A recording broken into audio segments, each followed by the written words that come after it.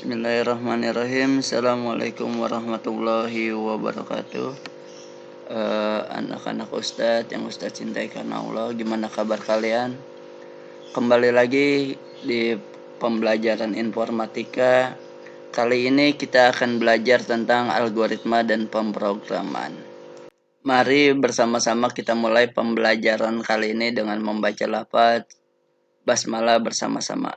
Bismillahirrahmanirrahim. Algoritma dan pemrograman. Anak-anakku, algoritma adalah jantung ilmu komputer dan informatika. Banyak sekali cabang dari ilmu komputer yang diacu dalam terminologi algoritma. Ya, algoritma berasal dari kata algorithm yang berarti proses menghitung. Ya, kata algoritma berasal dari nama penulis buku Arab yang terkenal, yaitu Abu Ja'far Muhammad Ibnu Musa al-Khawarizmi. Beliau juga merupakan pencipta angka 0. Algoritma merupakan deretan instruksi yang jelas untuk memecahkan masalah, yaitu untuk memperoleh keluaran dari suatu masukan dalam jumlah waktu yang terbatas. Ya, bisa dilihat masalah begitu kita selesaikan dengan algoritma lalu ketemu dengan solusinya. Paham ya? Dari uraian-uraian yang telah disampaikan sebelumnya, definisi algoritma bisa kita simpulkan. Yang pertama yaitu urutan langkah-langkah logis untuk menyelesaikan masalah yang disusun secara sistematis.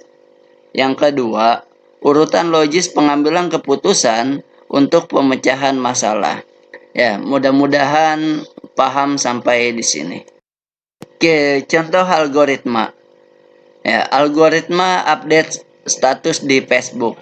Yang pertama, klik pada isian apa yang Anda pikirkan. Yang kedua, ketikkan status yang diinginkan. Yang ketiga, tambahkan pelengkap seperti foto, penanda lokasi, dan sebagainya. Yang keempat, klik kirim. Bagaimana? Sudah ada gambaran? Yang selanjutnya, bentuk dasar algoritma. Yang pertama, algoritma sekuensial. Ya, algoritma ini merupakan instruksi yang dikerjakan secara sekuensial, berurutan. Ya, berarti urutannya secara lengkap, tidak bisa terbalik atau acak-acakan.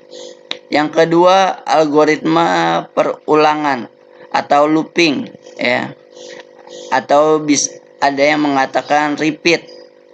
Ya, algoritma ini dapat melakukan perulangan yang dapat dilakukan beberapa kali sampai kondisi yang ditentukan. Ya, untuk menghentikan perulangan yang sudah dicapai. Jadi jika ada nilai atau kondisi yang telah dicapai, maka algoritma ini berhenti otomatis. Yang selanjutnya adalah algoritma percabangan. Ya, algoritma ini melakukan pemilihan statement pada kondisi yang diberikan, ya atau tidak. Jika ya, akan mengacu ke statement berikutnya, jika tidak akan seperti apa. Nanti akan kita pelajari contohnya. Ya, contoh dari algoritma sekuensial, pengerjaan di dalam resep makanan. Nah, ini biasanya yang cewek-cewek nih, ya, suka resep makanan. Tidak kecuali yang laki-laki juga bisa jadi suka, ya. Yang pertama, tuangkan 1 gelas santan di dalam wajan, lalu masukkan bumbu yang telah dihaluskan, aduk hingga rata, tambahkan garam, merica, dan kecap asin, masak dengan api sedang sambil diaduk-aduk. Ya, jika sudah itu matikan. Ya, ini sekuensial, ya.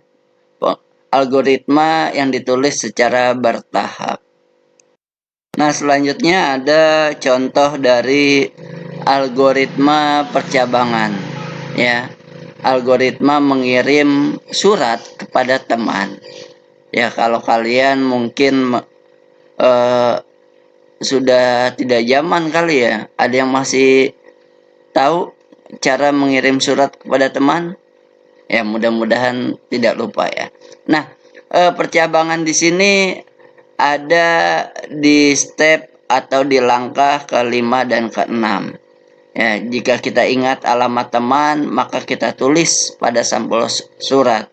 Ya, jika tidak ingat, lihat di buku alamat. Ya, atau chat temannya atau lain-lain. Nah, ini percabangan di sini ya. Jika ingat, maka tulis. Jika tidak, maka lihat buku. Jika sudah lihat buku alamat, maka tulis. Ya, tempel perangko. Nah, ini yang dinamakan algoritma percabangan. Mudah-mudahan paham sampai di sini.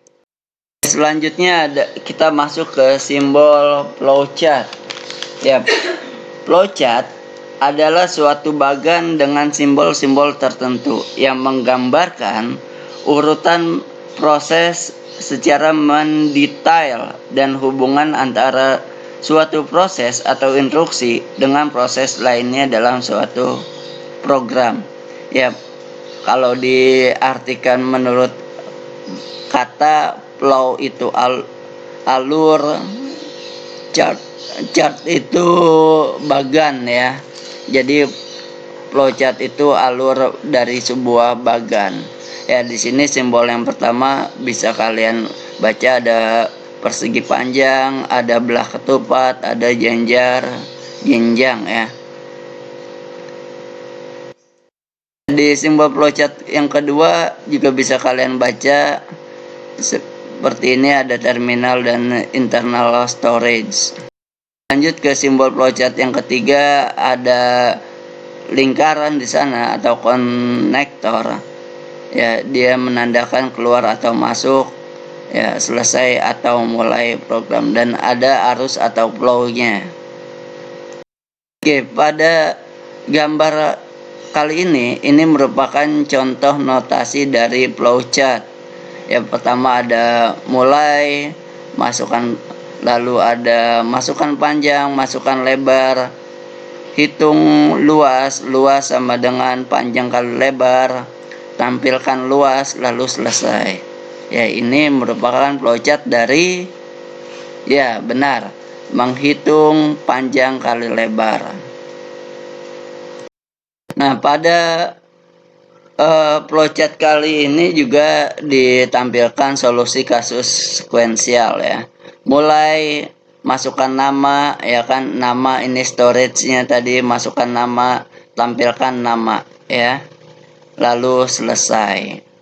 Ini sekuensial. Selanjutnya ada solusi kasus perulangan. Ya, ada mulai, di sini ditampilkan i merupakan integer. Jika i kondisinya ya, perulangannya i kurang dari 100 ya, maka harus ditampilkan saya pasti bisa jadi programmer ya.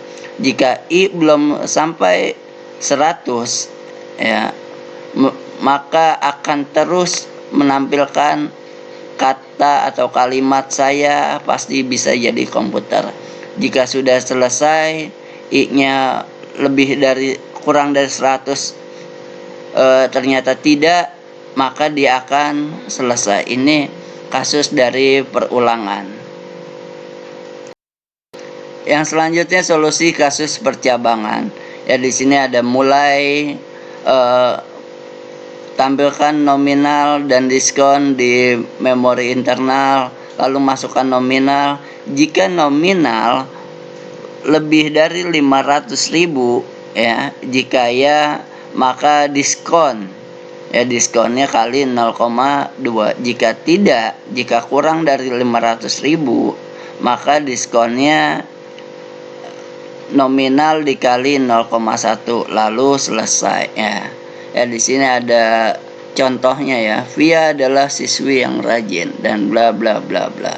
Kalian bisa lihat di sini. Nah, ini programnya, tapi kalian di kelas 7 belum melakukan programming.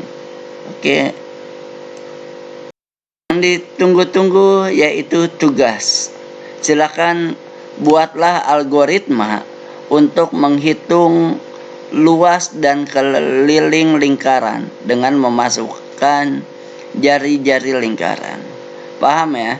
Jadi kalian tugasnya membuat algoritma flowchart dan tadi ya urutannya, sekuensialnya yang kalimat demi kalimat ya itu kalian buat, lalu nanti kalian tulis di buku kalian, lalu nanti di capture, dipoto, kirim ke nomor ustadz yang satu. Oke, sampai di sini. Terima kasih.